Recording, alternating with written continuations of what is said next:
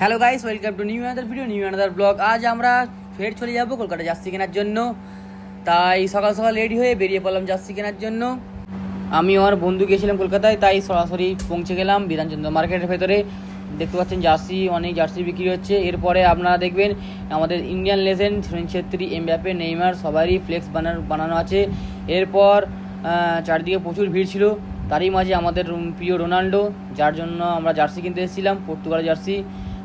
Messi সবই দেখতে পাচ্ছেন, জার্সি কেনার জন্য এসেছিলাম। তারপরে একটা দোকানে আমরা গিয়েছিলাম একটা ফ্ল্যাগ কেনার জন্য, পতাকাটার দাম অনেকক্ষণ দাম ফাম করার পরে পতাকাটার দাম ফিক্সড হয়ে গেল। আমি আমার বন্ধু নিয়ে নিলাম পতাকাটাকে কাকুটাকে দেখাতে বললাম।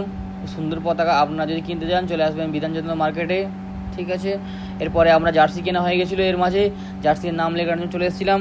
আমি আমার বন্ধু জার্সির নাম লেখালাম, এই গোল্ডেন কালার দিয়ে নাম লেখালাম। একটা নামের প্লেট 30 টাকা করে নেয়, তাই জার্সির নাম লেখাতে 200 টাকা খরচা হয়েছে এক জার্সিতে।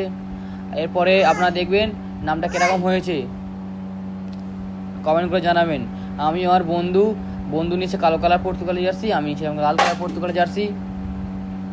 নামটা কেমন হয়েছে কমেন্ট করে জানাবেন। এই দাদাটা হাতের কাজ খুব সুন্দর লাগছিল, তাই দাদাটা কাজ করে খুবই খুশি, আমরাও খুব খুশি। দেখবেন দুটো জার্সি একসঙ্গে, কালো আর লাল, কোন জার্সিটা বেশি ভালো আপনারা কমেন্ট করে অবশ্যই জানাবেন।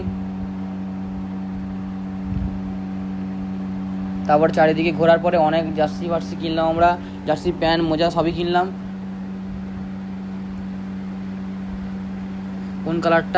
কোন কালারটা ভালো আপনারা নিশ্চয়ই কমেন্ট করে জানাবেন। এরপরে আমরা বেরিয়ে পড়েছিলাম। প্রথমে আপনারা দেখেছেন আমার জামার কালার কীরকম ছিল। আমরা রাস্তার মাঝখানে জার্সি পরে নিয়েছিলাম, রাস্তার মাঝখানে জার্সি চেঞ্জ করে নিয়েছিলাম। তো এখানে পর্যন্ত শেষ করছি ভিডিওটা, দেখা হচ্ছে পরের ভিডিওতে। Thank you for watching my video, bye by.